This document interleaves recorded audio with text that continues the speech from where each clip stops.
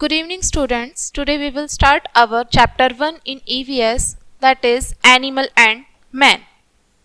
आज हम इस चैप्टर में बहुत सारी टर्म्स को जानेंगे. एंडेंजर्ड एनिमल्स, एक्सटिंक्ट स्पीसीज और भी बहुत सारी टर्म्स के बारे में हम जानेंगे. So let's start our chapter.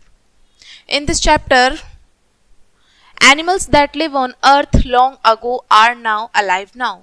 यानी कि जो जानवर हमारी अर्थ पे बहुत लंबे समय से रह रहे हैं वो आज के समय पे क्या हैं, जिंदे नहीं हैं. क्यों? We call them extinct animal. और ऐसे जानवरों को हम क्या कहते हैं? एक्सटिंक्ट एनिमल्स कहते हैं. ठीक. और इस ग्रुप में कौन कौन से एनिमल इंक्लूड हैं? Dinosaur and ice age mammals. Ice age mammals वो हैं यानी कि हिमयुग में जितने भी सारे स्तनधारी जानवर थे वो. It also include modern animal like the dodo. और इसके अंदर डोडो जैसे स्पीसीज भी इंक्लूड है. डोडो की आप पिक्चर देख सकते हैं यहाँ पे. Animals became extinct when their habitat are destroyed. और अब यहाँ पे एक्सटिंक्ट एनिमल की स्पीसीज जो बिल्कुल नष्ट होती जा रही थी, उनका कारण क्या था? क्योंकि उनका हैबिटेट जो था, उनका जो नेचुरल एनवायरनमेंट था वो बिल्कुल नष्ट होता जा रहा था. They also became extinct from over hunting, climate change and diseases from humans.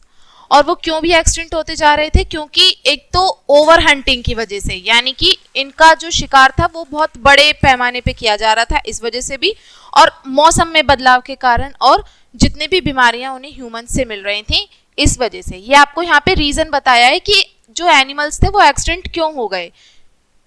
Next term है यहाँ पे एंडेंजर्ड एनिमल्स.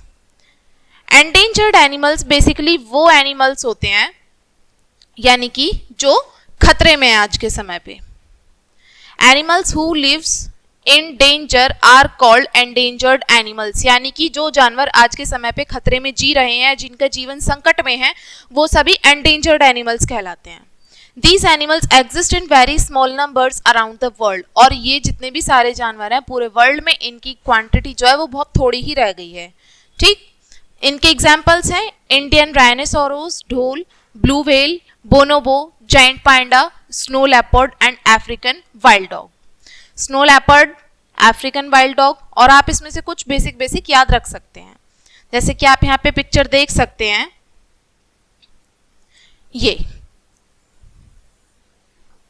ये इंडियन राइनोसोरो है, ये जाइंट पांडा है, ब्लू व्हेल है. ठीक. Next term tiger. टाइगर की यहाँ पे बात कर लेते हैं. टाइगर हम सभी को पता है, हम सभी जानते हैं, टाइगर एक बहुत बड़ा मीट ईटिंग एनिमल है. ऑफ कोर्स एक कार्निवोरस एनिमल है. They grow up to 3 metre long and weigh almost 300 kg. एक एडल्ट टाइगर जो होता है वो कम से कम 3 मीटर तक बड़ा होता है और उसका वजन लगभग 300 किलोग्राम तक होता है. इनके जो क्लॉज होते हैं, क्लॉज यानी कि इनके जो आगे के जो पंजे होते हैं वो आगे से मुड़े हुए होते हैं, जिससे उनको शिकार करने में मदद मिलती है. ठीक. और उनके जो नुकीले दांत होते हैं जिसकी वजह से वो बड़े बड़े जानवरों का, जैसे जंगली सूअर हुए, हिरन हुए, बाइजन, एंटलोप, इन सभी जानवरों का शिकार वो आसानी से कर सकते हैं. अब से करीब 100 साल पहले हमारे पूरे वर्ल्ड में, पूरे संसार में लगभग 1 लाख टाइगर थे. लेकिन आज के समय पे ओवर हंटिंग की वजह से, क्लाइमेट चेंज की वजह से, नेचुरल डिजास्टर्स की वजह से इनकी कितनी क्वांटिटी रह गई है? सिर्फ और सिर्फ 5,000 टाइगर्स प्रेजेंट है. इससे हमें पता चल रहा है टाइगर कैसी स्पीसीज में आ गया? एंडेंजर्ड स्पीसीज में, क्योंकि लगभग खत्म होने की कगार पे ही है. Poachers and hunters have killed and continue to kill tiger for their bones. Poachers यानी कि जो शिकारी होते हैं, और उनका शिकार क्यों करते हैं जानवरों का? टाइगर्स का बेसिकली इनकी हड्डियों के लिए इनको मारा जाता है, इनके फर के लिए, इनके विस्कर्स के लिए, इनकी पूंछ के लिए और इनके अदर बॉडी पार्ट्स के लिए इनको किल किया जाता है और इनको प्रॉफिट में बेचा जाता है. एशिया में people wrongly believe tiger can cure diseases like rheumatism and dysentery. हमारे एशिया में ये एक बहुत बड़ा मिथ है, एक मिसबिलीफ है. क्या? कि जो टाइगर के जो पार्ट्स हैं वो बड़ी बड़ी बीमारी को ठीक कर सकते हैं, बड़ी बीमारी जैसे डायसेंट्री और रूमेटिज्म. लेकिन ये पूरी तरीके से गलत है, ऐसा कुछ नहीं होता. Tiger skin and head are also kept as souvenirs. और टाइगर की जो स्किन होती है और जो हेड होता है उसको सोविनर्स की जगह रखा जाता है. Another threat is habitat destruction. और एक दूसरा कारण यहाँ पे बताया है हैबिटेट का डिस्ट्रक्शन. यानी कि हैबिटेट का नष्ट होना। People cut down forest to build home and grow crops. अब जैसे जैसे हमारी पॉपुलेशन बढ़ती जा रही है वैसे वैसे लोग क्या कर रहे हैं, जंगलों को काट रहे हैं, जंगलों को काट के वहां पे अपना घर बना रहे हैं। इनका नेचुरल होम जो है वो पूरी तरीके से खत्म हो रहा है, ठीक है। और जो टाइगर्स हैं वो बेसिकली उनका जो होम है हम उनसे छीन रहे हैं कहीं ना कहीं। तो ये भी एक कारण हो गया टाइगर के डिस्ट्रक्शन की वजह से। जब इनको अपना नेचुरल होम ही नहीं मिलेगा तो इनकी स्पीसीज आगे कैसे बढ़ पाएंगी, नहीं होगी। Save the tiger. अब टाइगर जो है वो एंडेंजर्ड स्पीसीज में आ गया है तो अब उसको बचाने की भी जरूरत महसूस हुई, ठीक। The Javan tiger, Caspian tiger and Bali tiger are now extinct. जो जवान टाइगर हैं, कैस्पियन टाइगर और बाली टाइगर हैं, आज के समय पे क्या है, एक्सटिंक्ट हो चुके हैं, ठीक। यानी कि गायब ही हो चुकी है, इनकी स्पीसीज जो है वो पूरी तरीके से लुप्त हो चुकी है। Royal Bengal tiger is endangered. आप देख सकते हैं ये रॉयल बंगाल टाइगर की पिक्चर है, ठीक। और ये क्या है, आज के समय पे बहुत खतरे में है। Conservationist and government world wide are protecting tigers.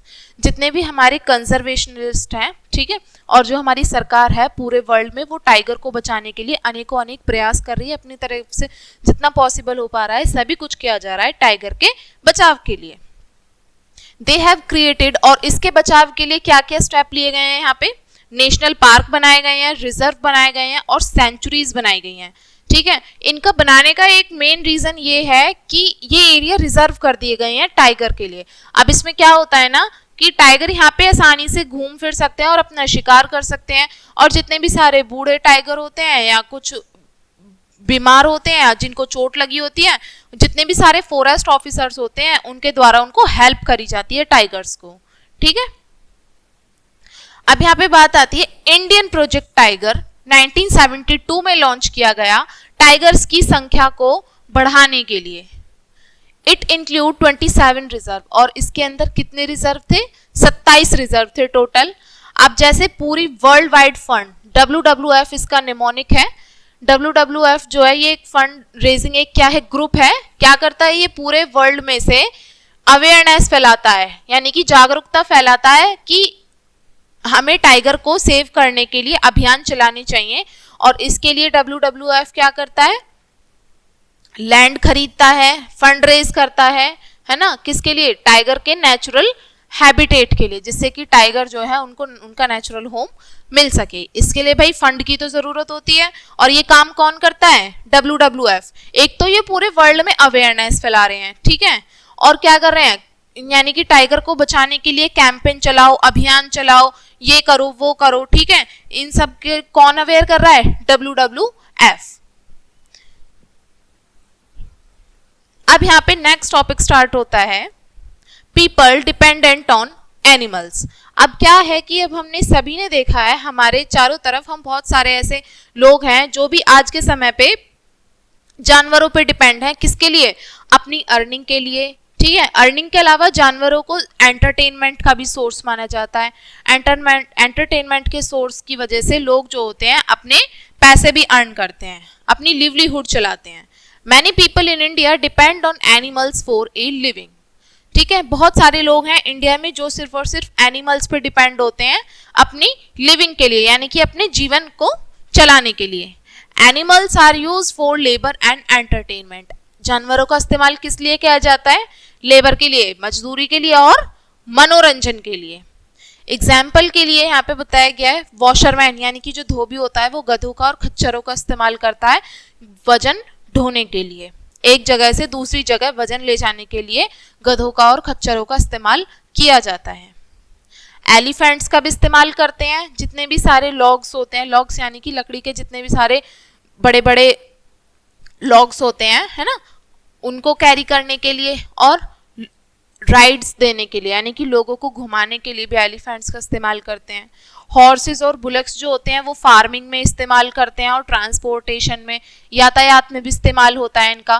Camel transport goods across borders, और ऊंट जो होते हैं इनका भी इस्तेमाल किया जाता है, किस लिए, गुड्स को ट्रांसपोर्ट करने के लिए, गुड को एक जगह से दूसरी जगह ले जाने के लिए भी कैमल्स का इस्तेमाल किया जाता है।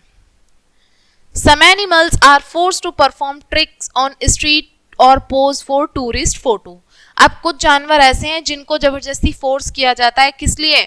कि उनको ट्रिक्स परफॉर्म करी जाए, ठीक है, उनसे जबरदस्ती उनसे काम कराया जाए।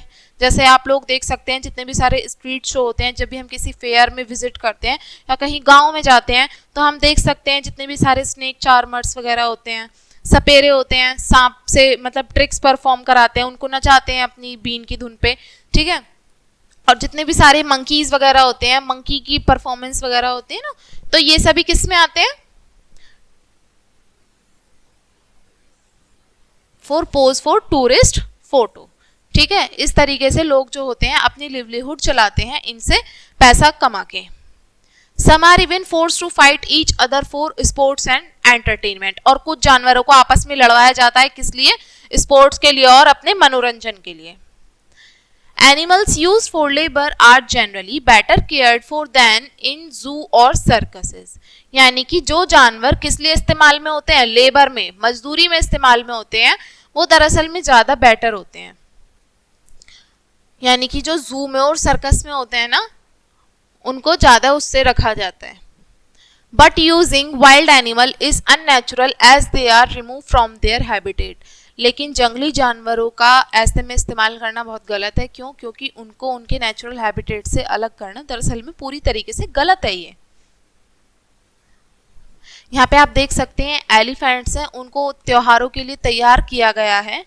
मंकीज को स्ट्रीट में परफॉर्म किया जाता है, गलियों में मंकी का जो परफॉर्मेंस होती है वो भी कराई जाती है।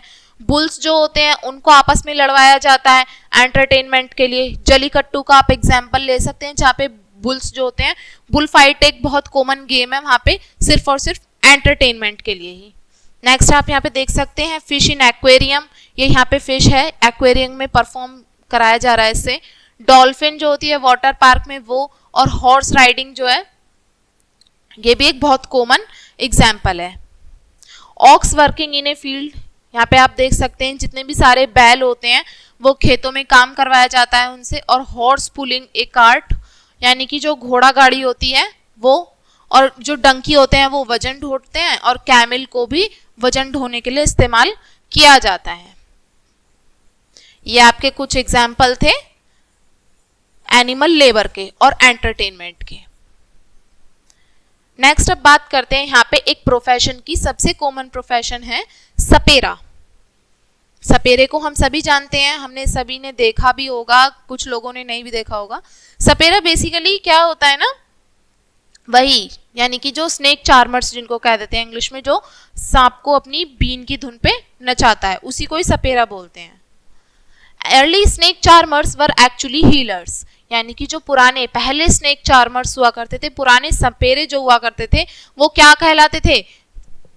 हीलर्स कहलाते थे एक्चुअल में। हीलर्स यानी कि उपचारक, क्योंकि ये उनकी ट्रेनिंग का हिस्सा हुआ करता था कि उनको किस चीज से सिखाया जाता था कि जो स्नेक बाइट होती है, जो सब सांप काट लेता है, उससे कैसे ठीक किया जाए, और स्नेक के जहर से उसकी दवाई कैसे बनाई जाए। ये उनकी ट्रेनिंग का हिस्सा हुआ करता था, जिसकी वजह से लोगों को भी मदद मिलती थी और जिसके लिए उनको हीलर्स की प्रोफेशन के उससे भी देखा जाता था।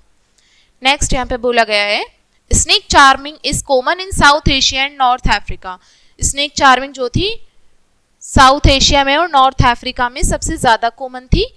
Today only about 1 million snake charmer remain in India, लेकिन आज के समय पे स्नेक चार्मर जो है सिर्फ और सिर्फ 1 लाख ही इनकी क्वांटिटी बची है पूरे इंडिया में। Most visit town and villages on market daily and festivals, क्योंकि बहुत सारे हमें कहाँ पे मिल जाते हैं स्नेक चार्मर, जब भी हम कहीं टाउन में विजिट करने के लिए जाते हैं, ठीक है, और गांव में जाते हैं, मार्केट में जाते हैं, त्योहारों में, त्योहारों के दिनों में जब भी कहीं फेयर वगैरह लगता है तो हम यहाँ पे इन सबको आसानी से देख सकते हैं, कहीं ना कहीं हमें देखने को मिल सकते हैं, मिल भी जाते हैं mostly. Due to ban on keeping snakes, many beg, scavenge or do manual labor. Some allowed by government keep snake in basket boxes or sex for tourism. Some remove the snake's fangs. अब क्या है कि हमारी government ने क्या किया है ना, स्नेक को रखने के ऊपर बैन लगा दिया है पूरी तरीके से। यानी कि अब हर कोई, क्योंकि एक तरीके से ना बहुत इलीगल भी है, जिसकी वजह से गवर्नमेंट ने इसको पूरी तरीके से बैन कर दिया है। और अब बैन कर दिया है, लोगों को फिर भी ज़रूरत है इसकी, तो लोग क्या करते हैं, चोरी छिपे इसको क्या करते हैं, स्कैवेंज करते हैं और काम भी इनसे लिया जाता है पूरी तरीके से, ठीक है। लेकिन कुछ कंडीशंस में गवर्नमेंट ने स्नेक्स को ले जाने की परमिशन दी है, बस किस किस चीज़ में, बास्केट में हम उनको ले जाके ट्रैवल कर सकते हैं, बॉक्सेस जो भी होते हैं, डब्बे होते हैं उसमें, और जितनी बोरियां वगैरह होती हैं उसमें टूरिज्म के लिए हम इस्तेमाल कर सकते हैं। Some remove the snakes fangs, snakes fangs होता है यानी कि सांप के जो दांत होते हैं आगे के जिनमें जहर भरा होता है उनको निकाल दिया जाता है, जिससे कि सांप किसी को नुकसान न करे, काटे ना परफॉर्मेंस के समय पे। अब यहाँ पे एक स्नेक की एक स्टोरी दी है छोटी सी, हम इसको जानते हैं कि क्या इसमें कहा गया है। My master is a sapera, he walks holding me in a basket और hanging from a pole on a shoulder. यानी कि एक स्नेक है, वो कह रहा है कि मेरा मास्टर जो है, मेरा मालिक एक सपेरा है, वो मुझे एक बॉक्स में रख के, अपने बॉक्स को एक बोरी में रख के और उस बोरी को कंधे पे टांग के चलता है, और वो बास्केट किससे ढकी हुई होती है, कपड़े से ढकी हुई होती है परफॉर्मेंस के दौरान। यानी कि जब उनका काम परफॉर्मेंस चल रही होती है उनकी, तो क्या करते हैं, उसको पूरी तरीके से कवर्ड करके रखते हैं कपड़े से। Once he find a good spot, he sit on the ground. He remove the lid from my clothes basket. अब वो बताता है जब भी मेरे मालिक को कोई बहुत अच्छा सा वो लगता है, एक जगह दिख जाती है, तो वो वहां पे बैठ जाता है आराम से, और मेरे ऊपर जो कपड़ा ढका हुआ होता है उसको हटा दिया जाता है। Then the begins playing the begin, और उसके बाद में मेरा मालिक बीन बजानी शुरू करता है और मैं उस बीन की धुन को सुनता हूँ और मुझे उस पर डांस करना होता है।